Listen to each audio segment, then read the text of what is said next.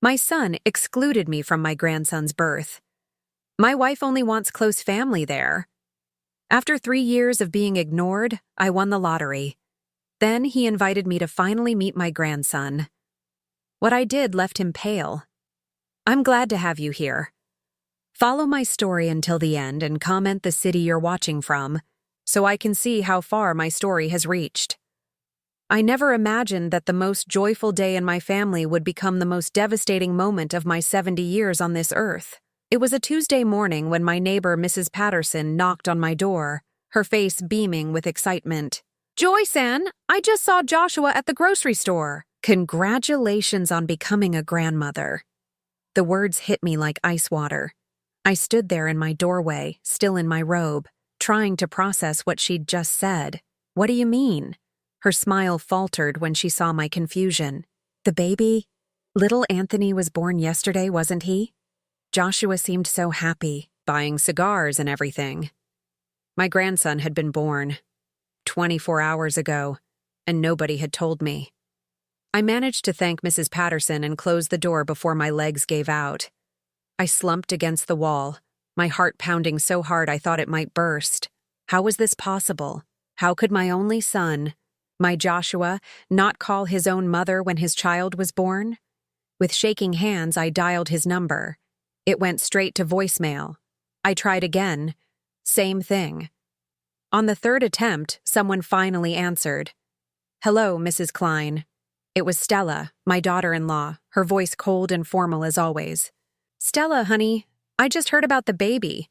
Why didn't anyone call me? Is everyone okay? I need to come to the hospital right away." There was a long pause. I could hear muffled voices in the background, and what sounded like Joshua saying something, though I couldn't make out the words. "Actually, Mrs. Klein, we've decided to keep things small, just immediate family for now. You understand?" Immediate family. The words felt like a slap. But I am immediate family. I'm his grandmother. Joshua's sleeping right now, and I really think it's best if we have some space to bond as our own little family first. Maybe in a few weeks. The line went dead. I stared at the phone, my hands trembling.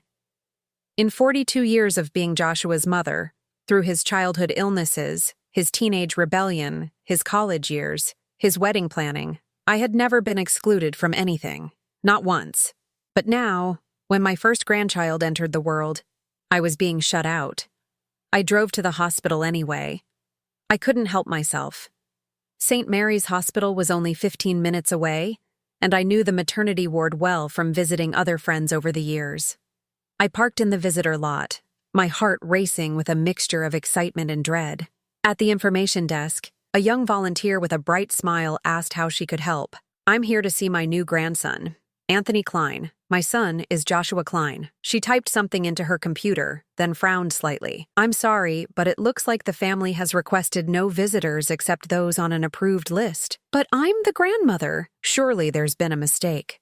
Let me call up to the room for you." I waited, fidgeting with my purse strap, watching other families walk by with balloons and flowers, heading to meet their new family members. The volunteer hung up the phone and gave me a sympathetic look. "I'm sorry, Mrs. Klein.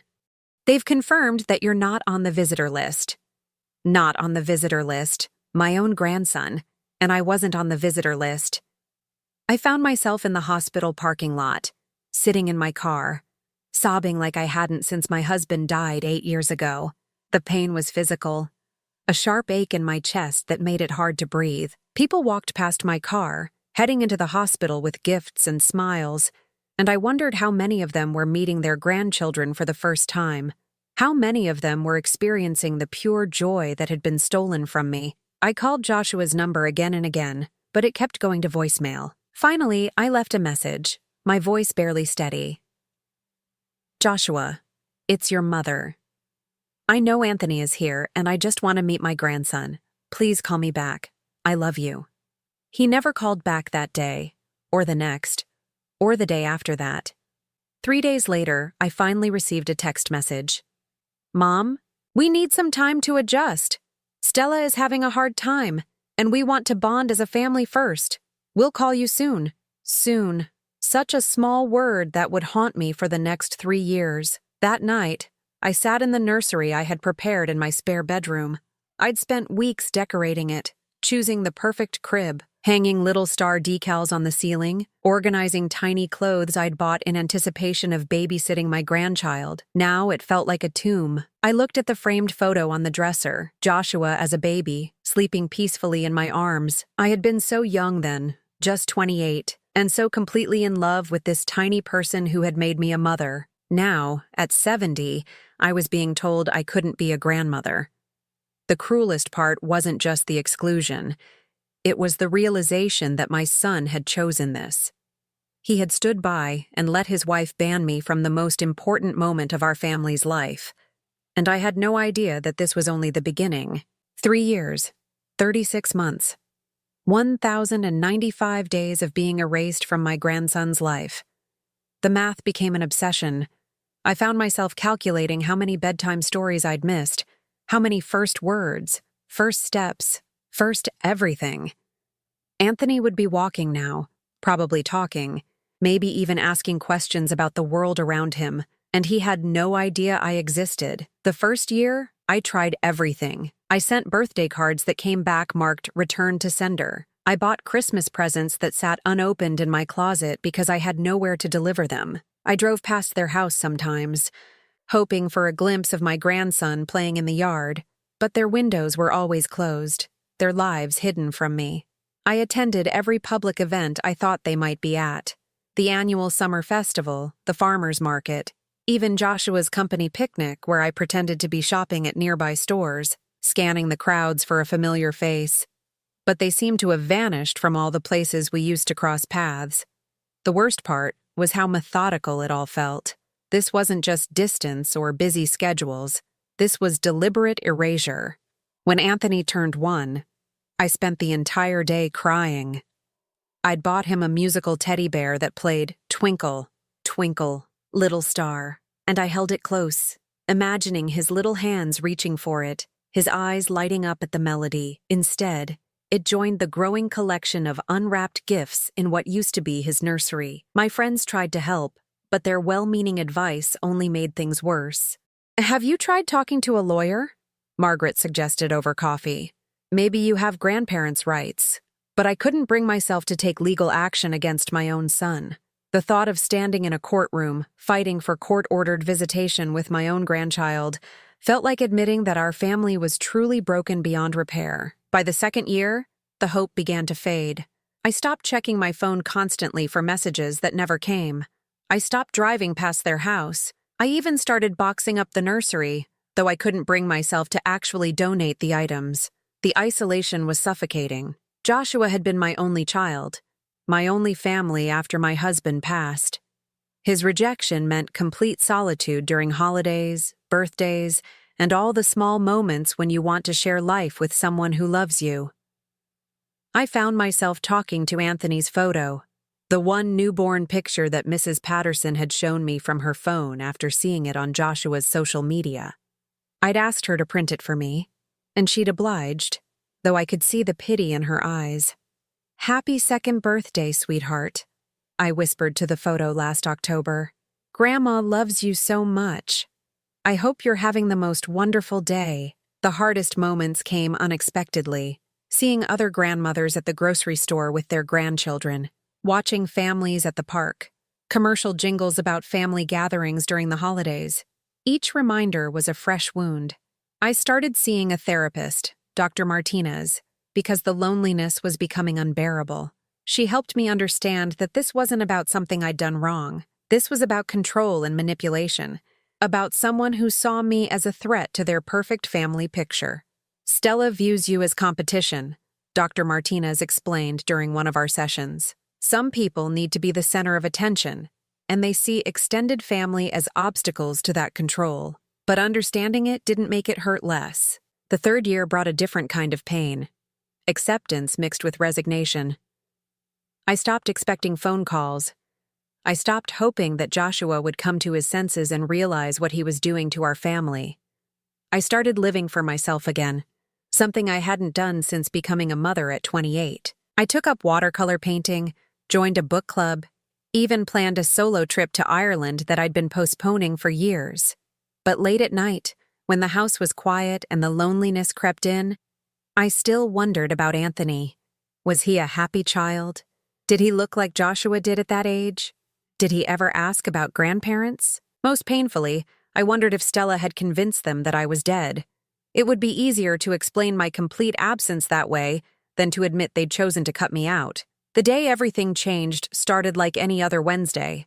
I was tending to my small garden, trying to coax my tomatoes into ripening before the first frost, when my neighbor Mr. Rodriguez knocked on my fence. "Joyceann, you need to check your numbers," he called out, waving a newspaper in the air. "What numbers?" I asked, wiping dirt from my hands. "The lottery. Last night's drawing. I think you might have won something big."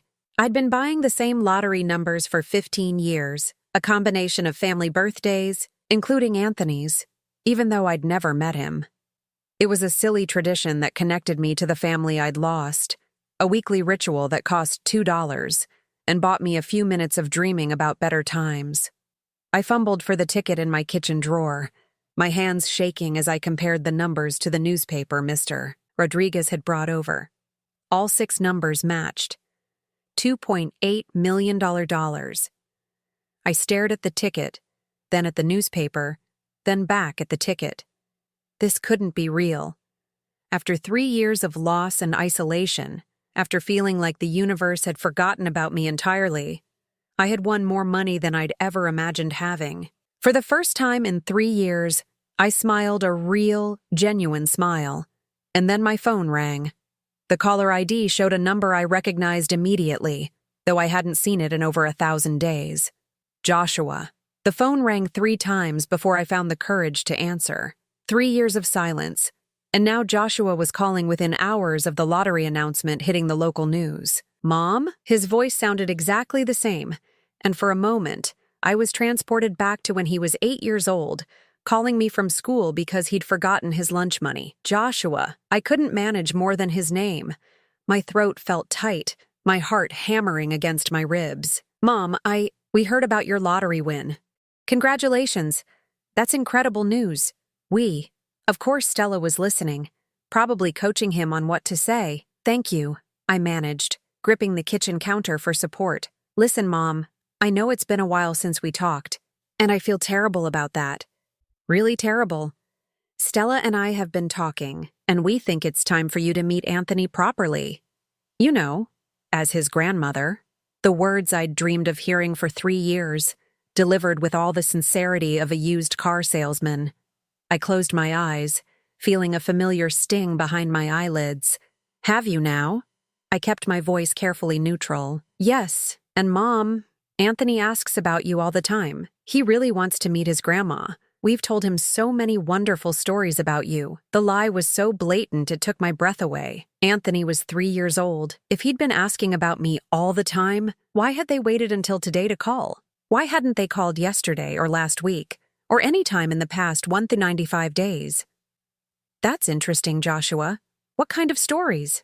There was a pause, and I could hear muffled whispering in the background. Oh, you know, about how loving you are. How you used to make those amazing chocolate chip cookies when I was little. Anthony would love to try those cookies, Mom. My chocolate chip cookies. The recipe I'd perfected over years of trial and error. The same cookies Joshua used to beg me to pack extra of in his school lunches so he could share with friends. The cookies I'd imagined making for Anthony countless times over the past 3 years. I see. And when did you have in mind for this meeting? Well, actually, we were thinking maybe this weekend, Saturday afternoon. We could come by your place, bring Anthony over, make it really special, you know, this weekend. 4 days after my lottery numbers were announced in the paper, 3 years and 4 days since they'd decided I wasn't immediate family. That sounds lovely, Joshua. I surprised myself with how calm I sounded. I'll make sure to have those cookies ready. Mom, that's fantastic. Anthony is going to be so excited. We're all excited. It's going to be like a real family reunion. A real family reunion. As if the past 3 years had been some kind of vacation from being related. After we hung up, I sat in my kitchen staring at the winning lottery ticket still spread on my counter. The numbers blurred through my tears, but this time they weren't tears of joy or grief. They were tears of clarity. I'd spent 3 years wondering what I'd done wrong, how I'd failed as a mother, why my son had chosen to exclude me from his life. I'd second-guessed every conversation we'd ever had, replayed every moment of his childhood, searching for the crack where I'd lost him. But this phone call had answered all my questions. I hadn't lost Joshua 3 years ago. I'd never really had him at all, at least not the version of him that existed now.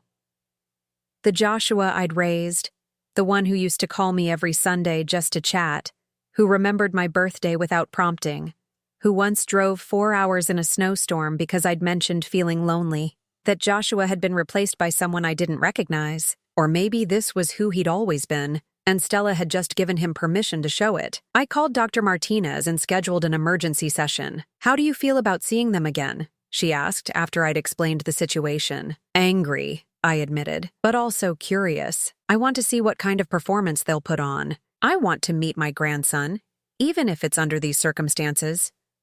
"And what are you planning to do about the money?" That was the question I'd been avoiding. When I'd first seen those matching numbers, my immediate impulse had been to plan a generous future for Anthony. College funds, family vacations, a beautiful home where he could visit his grandmother whenever he wanted. But that was before Joshua's phone call, before the transparent desperation in his voice, before the obvious coaching from Stella in the background. "I'm not sure yet," I told Dr. Martinez.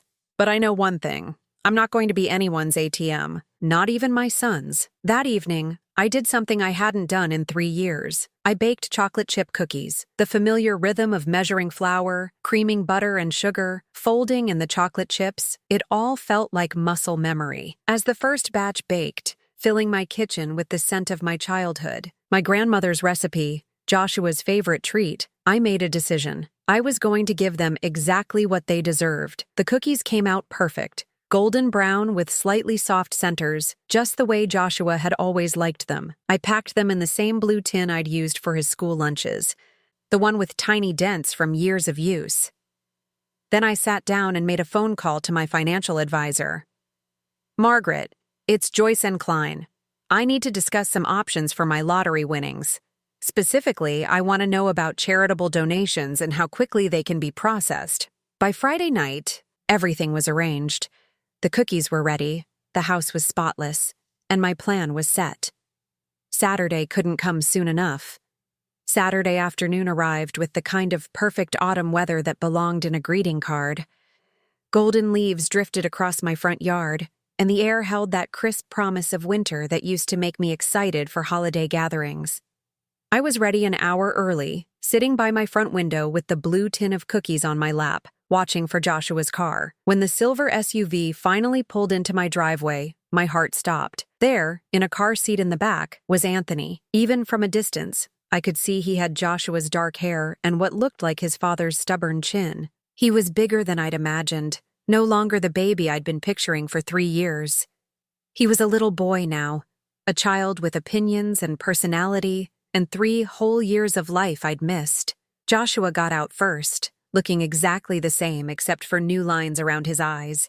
He was 31 now, though the stress of whatever they'd been dealing with seemed to have aged him. Behind him, Stella emerged from the passenger side, and I was shocked by how different she looked. The Stella I remembered from their wedding 7 years ago had been pretty in an understated way, with soft brown hair and a genuine smile. This Stella had been transformed into someone else entirely. Her hair was now platinum blonde, expensively styled, and she wore what was clearly a designer outfit that probably cost more than my monthly grocery budget. But it was her expression that caught my attention. She was surveying my modest house with barely concealed disappointment, as if she'd expected to pull up to a mansion. I opened my door before they could knock, forcing a warm smile. "Joshua!" I exclaimed, opening my arms. He hesitated for just a moment, long enough for me to notice, before stepping into the hug. He felt thinner than I remembered, and he smelled like expensive cologne instead of the Old Spice he'd worn since high school. "Hi, Mom! You look great." His voice carried that same forced enthusiasm from our phone call. "Stella, honey." I turned to my daughter-in-law, who offered me a practiced smile and a brief, awkward hug. "Mrs. Klein, It's so wonderful to see you again. You look exactly the same. It was a polite lie. I knew I looked older. 3 years of grief and isolation had added new wrinkles, new gray streaks in my hair. But I appreciated the gesture. And then Joshua opened the back door of the SUV and lifted out Anthony. My grandson was beautiful, not just grandmother bias beautiful, but genuinely stunning, with Joshua's dark eyes and what looked like my late husband's nose. He was wearing a tiny button-down shirt and khaki pants, dressed like a miniature adult, and he clung to Joshua's shoulder with the kind of shyness that made my heart ache. "Anthony, this is Grandma Joyceann," Joshua said softly. "Remember we told you about her?" Anthony peeked at me from behind Joshua's shoulder, his thumb firmly planted in his mouth despite being 3 years old. "Hello, sweetheart," I whispered, fighting back tears. "I'm so happy to finally meet you." He didn't respond, just buried his face deeper into Joshua's neck. "He's a little shy at first," Stella explained, though her tone suggested this was somehow my fault. "He'll warm up once he gets to know you." Gets to know me, as if I were a stranger they'd just met, instead of the grandmother who'd been deliberately kept away from him for his entire life. We moved into my living room, and I watched as Stella's eyes cataloged everything. The outdated furniture, the family photos, the modest decorations I'd collected over the years. I could practically see her calculating the value of my possessions, probably wondering where all that lottery money was going to be spent. "Can I get anyone something to drink?" I offered. "I made fresh lemonade, and I have chocolate chip cookies, Joshua's favorite recipe." "Cookies!" Anthony suddenly perked up, wiggling in Joshua's arms. "Anthony loves cookies," Stella said quickly. "Don't you, baby? But just one, okay? We don't want to spoil your dinner." I brought out the blue tin, the same one I'd packed Joshua's school lunches in, and watched as Anthony's eyes widened at the sight of the cookies inside. "Go ahead, sweetheart," I encouraged him. He reached for one with his small hands, took a tiny bite, and his whole face lit up. "Good," he announced, crumbs falling onto his pristine shirt. "What do you say, Anthony?" Stella prompted. "Thank you, Grandma," he said obediently, and my heart nearly burst. For the next hour, I watched my son and his wife perform the most elaborate charade I'd ever witnessed. They praised my house, complimented my decorating, and made small talk about the weather and the neighborhood. Stella gushed about how much Anthony had been looking forward to this visit, while Joshua nodded along and added comments about how sorry they were it had taken so long to arrange. But their eyes kept wandering. Stella asked pointed questions about my investment plans and whether I was thinking about upgrading my living situation. Joshua mentioned how expensive childcare had become, how they were thinking about buying a bigger house, how Anthony would need a college fund soon. They weren't being subtle. They were like actors who'd forgotten their lines and were improvising badly. The most telling moment came when Anthony spilled juice on his shirt. Without thinking, I reached for him with a napkin, the way any grandmother would instinctively help her grandchild. "Don't," Stella said sharply, then caught herself and softened her tone. "I mean, I've got it. Thanks, though."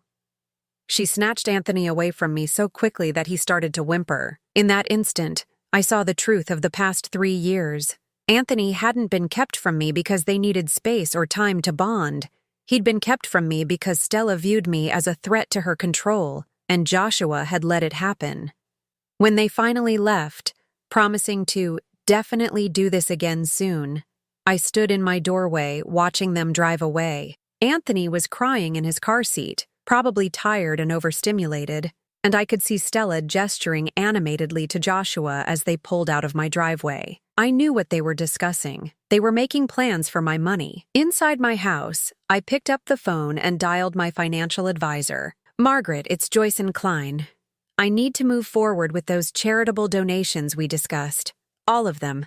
I want everything transferred by Monday morning."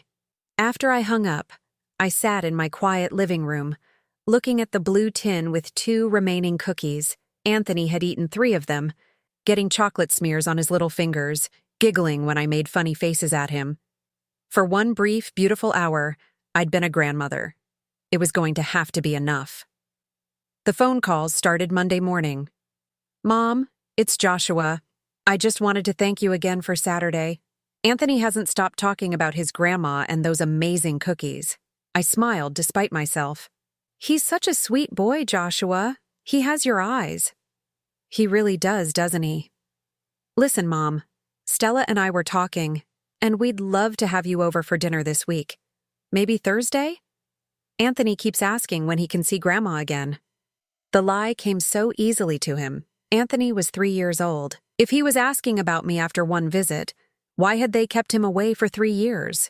That sounds lovely, I said. Should I bring anything? Oh, just yourself. And Mom? We've been thinking about Anthony's future, you know. College is so expensive these days, and we want to make sure he has every opportunity. Maybe we could talk about that when you come over. There it was. The real reason for the invitation. Tuesday brought another call, this time from Stella. Joyceann, hi. I hope you don't mind me calling, but I wanted to tell you how much Saturday meant to all of us. Joshua has been so happy since reconnecting with you. Reconnecting. As if our 3-year separation had been mutual. It meant everything to me too, Stella. I'm so glad. You know, I've been feeling terrible about how distant we've been. I think I was just overwhelmed with being a new mom, and maybe I was a little protective, but seeing you with Anthony, you're such a natural grandmother. The words should have made me happy, but they felt rehearsed, like she'd practiced them in front of a mirror. Anthony is lucky to have such devoted parents, I said carefully. We try our best. Speaking of which, Joshua and I have been talking about expanding our family, maybe giving Anthony a little brother or sister. Of course, with daycare costs and everything, it's a big financial decision. By Wednesday, the pattern was clear. Every conversation somehow circled back to money, expenses, Anthony's future needs. They were building a case, laying groundwork for what they assumed would be my generous financial support. But Wednesday evening brought something unexpected.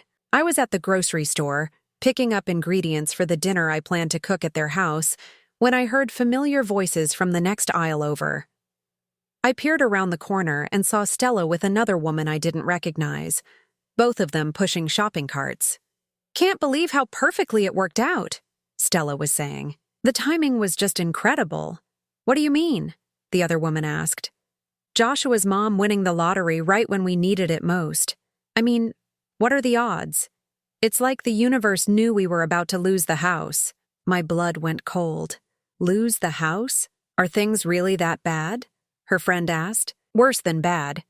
Joshua's been out of work for 6 months and we're 3 payments behind on the mortgage. I've been selling everything I can on Facebook, but it's not enough. We were literally about to file for bankruptcy when that lottery announcement hit the news. I gripped my shopping cart handle. My knuckles white. So you think she'll help? Stella laughed, a sound I'd never heard from her before, cold and calculating. Are you kidding? She's been desperate to be part of Anthony's life for years. All we had to do was dangle that carrot, and she practically begged us to let her back in. That's kind of manipulative, don't you think? It's survival. Besides, what's she going to do with all that money anyway? She's 70 years old, living alone in that tiny house. At least this way, it goes toward family, toward her grandson's future. The other woman made a non-committal sound. What if she doesn't give you as much as you need? Then we'll have to be more creative. Joshua found her financial advisor's number in her phone book when we were there Saturday. Margaret something. We could always contact her directly, explain the family emergency, or maybe suggest that Anthony needs to move in with Grandma for a while if we lose the house. You know, really pull at her heartstrings. They moved toward the checkout, their voices fading, but I heard enough. The old lady will never see it coming. She's been so lonely and desperate for family. She'll do anything to keep us around. I stood frozen in the canned goods aisle, surrounded by the mundane items of ordinary life, feeling like my world had just collapsed again. They weren't just after my money. They were planning to manipulate me emotionally, to use my love for Anthony as leverage, and if I didn't cooperate, they'd threaten to take him away from me again. Worst of all, Joshua knew. He had to know about their financial situation, about their plan to manipulate me. The son I'd raised, who I'd loved unconditionally for 31 years, was actively participating in this scheme. I abandoned my shopping cart and walked out of the store in a daze. At home, I sat in my kitchen staring at the phone. Part of me wanted to call them, to confront them about what I'd heard, but a larger part of me wanted to see how far they'd go. I called Margaret instead. "Has anyone contacted you about my lottery winnings?" I asked. "Actually, yes. A young man called this morning claiming to be your son. He said there was a family emergency and asked about accessing funds quickly. I told him I couldn't discuss your finances with anyone without written authorization from you." "What kind of emergency did he mention?" "Something about medical bills and potential foreclosure. He seemed quite desperate. I assumed you'd authorized him to call." "Medical bills. They'd upgraded their story. Margaret, I need you to add a security password to my account. Don't discuss anything with anyone, even if they claim to be family, unless they have that password." After I hung up, I walked through my house looking at everything differently. They'd been here Saturday, taking inventory. Stella had asked about my investment plans and whether I was thinking about upgrading my living situation. Now I understood why. They weren't just planning to ask for money. They were planning to take everything. I picked up Anthony's photo from the mantel, the one Mrs. Patterson had printed for me 3 years ago. He was so tiny in that picture, just days old, completely innocent of the adults who would use him as a weapon. That little boy deserved better than parents who would manipulate his grandmother's love for their own gain. He deserved better than a father who would participate in such cruelty. And I deserved better than being treated like a foolish old woman who could be easily manipulated. Thursday's dinner was still happening, but not the way they expected. Thursday evening, I arrived at Joshua and Stella's house with a homemade lasagna and a carefully rehearsed smile. Their neighborhood was nicer than I'd expected. Large houses with manicured lawns that spoke of money and status. But now I knew the truth behind the facade. "Mom!" Joshua greeted me with what seemed like genuine enthusiasm. Come in, come in. Anthony's been asking about you all day." The house was beautiful but felt cold, like a showroom rather than a home. Everything was perfectly arranged, from the matching throw pillows to the strategically placed family photos. I noticed several boxes stacked in corners, probably items Stella had mentioned selling. Anthony ran to me the moment he saw me, wrapping his little arms around my legs. "Grandma, did you bring cookies?" "Anthony, what do we say?" Stella chided, but she was smiling. The performance had begun.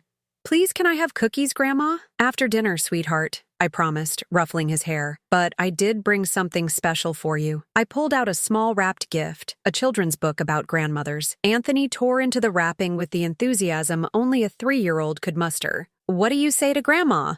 Joshua prompted. "Thank you." Anthony hugged the book to his chest, then looked up at me with Joshua's dark eyes. "Will you read it to me?" "Of course, baby. Maybe after dinner." Stella appeared at my elbow. "Joyceann, you're just so generous. Anthony is so lucky to have such a thoughtful grandmother." The word lucky hung in the air between us. Lucky to have a grandmother they'd kept hidden for 3 years, until they needed money.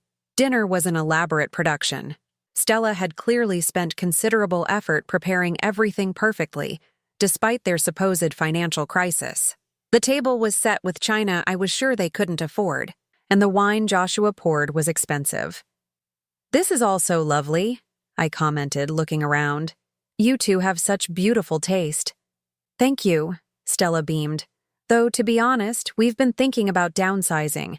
This house is really more than we need, and the expenses—" "Here we go," I thought. "Houses can be such a burden," I agreed. "All those repairs, property taxes, insurance." Joshua jumped in. "Exactly. And with Anthony getting older, we need to think about his future. College costs, you know? We want to make sure he has every opportunity." "Of course. Family is the most important thing." They exchanged a quick glance, and I could practically see them congratulating themselves on how well this was going. After dinner, while Anthony played with his new book in the living room, Stella served coffee, and Joshua cleared his throat nervously. "Mom, there's something we need to discuss with you." I set down my coffee cup and gave him my full attention. "What is it, honey?" "Well, you know how happy we are that you're back in our lives. Anthony adores you already, and Stella and we realize how wrong we were to keep you away. We were just so overwhelmed," Stella added. "New parents, you know. But we see now how much we missed out on, how much Anthony missed out on. I appreciate that," I said carefully. Joshua took a deep breath. "The thing is, Mom, we're in a bit of financial trouble. I lost my job 6 months ago, and we're behind on the mortgage. We're trying to work it out with the bank, but we hate to ask," Stella interjected. "But with your lottery win, we were hoping maybe you could help us, just until Joshua finds new work." I looked at both of them. These two people who had stolen 3 years of my grandson's life and were now trying to steal my financial security as well. "How much do you need?" I asked. They exchanged another glance. "Well, to catch up on the mortgage and get back on our feet? Maybe 200,000? I know it sounds like a lot, but it would really just be a loan. We'd pay you back once things turn around." $200,000. Nearly a third of my lottery winnings. "That is a lot," I agreed. "Let me think about it." "Of course," Joshua said quickly. "Take all the time you need."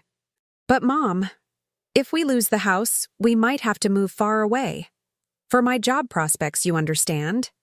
And that would mean Anthony would be far from his grandmother," Stella finished, "which would just break his little heart."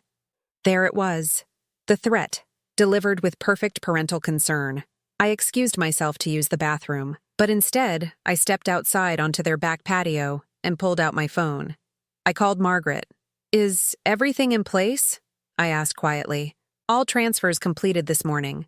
The documentation should reach the various charities by end of business tomorrow." "Thank you, Margaret. You've been wonderful." When I returned to the living room, Anthony was curled up on the couch with his book fighting sleep. I sat beside him and gathered him into my arms, breathing in his little boy's scent of shampoo and innocence. "Grandma," he murmured sleepily, "will you come see me again?" My heart broke a little. "I love you so much, Anthony. Don't ever forget that." Joshua and Stella were watching us with satisfied smiles, probably calculating how much my obvious attachment to Anthony was worth. I stood up, gently settling Anthony on the couch, and turned to face them. "I've made my decision about the money," I announced. They both leaned forward eagerly. "I'm not giving you any of it." The silence that followed was deafening. Stella's smile froze on her face, while Joshua blinked as if he hadn't heard correctly. "I'm sorry, what?" Stella asked. "I said no, I'm not giving you any money." Joshua's face went pale. "Mom, I don't understand. We're family. Anthony is your grandson." "Yes, he is, and for 3 years you kept him from me. Not because you needed space, not because you were overwhelmed new parents, but because Stella decided I wasn't worthy of being his grandmother." "That's not true," Stella protested, but her voice lacked conviction. "Isn't it? Then explain why you called me within hours of the lottery announcement. Explain why every conversation this week has somehow involved money or expenses, or Anthony's future costs." I pulled out my phone and opened my banking app, showing them the screen. "You see this? 0 balance. Every penny of that lottery money has been donated to children's charities. All of it. Gone." Stella gasped. Joshua's face went from pale to gray. "You're lying," Stella whispered. "Call Margaret Stewart at First National Bank if you don't believe me. Though she won't discuss my finances with you, I made sure of that after Joshua tried to contact her behind my back." Joshua slumped into a chair. "Mom, what have you done? We needed that money. We're going to lose everything." "No, Joshua. You lost everything 3 years ago when you chose to exclude me from Anthony's life. This money was never yours. My love for my grandson was never something you could buy and sell." Stella's mask finally slipped completely. "You selfish old woman. What kind of grandmother punishes her own grandchild out of spite?" "The kind who refuses to be manipulated and used," I replied calmly. "Anthony deserves better than parents who would use him as leverage. He deserves better than a father who would participate in manipulating his own mother." I looked at Anthony, still sleeping peacefully on the couch, unaware that his world was about to change again. "I'm leaving now," I announced, "and this time, it's my choice." I walked to the front door, but Joshua's voice stopped me. "Mom, please, don't do this. We can work this out." I turned back one last time. "Joshua, you had 31 years of my unconditional love, and you threw it away for someone who sees family as a source of income. I hope it was worth it." As I drove away from their house, I felt something I hadn't experienced in 3 years: peace. The next morning, I called my travel agent and booked a cruise to Alaska, something I'd always wanted to do. I enrolled in pottery classes at the community center. I adopted a senior cat from the local shelter, a orange tabby named Marmalade, who had also been abandoned and was looking for a quiet home to spend his golden years. I knew Joshua and Stella would try to contact me again, probably with promises and apologies and threats, but I'd changed my phone number and given it only to people who truly cared about me. 3 months later, Mrs. Patterson knocked on my door with news that Joshua and Stella had indeed lost their house and moved across the country. She didn't know where, and I didn't ask.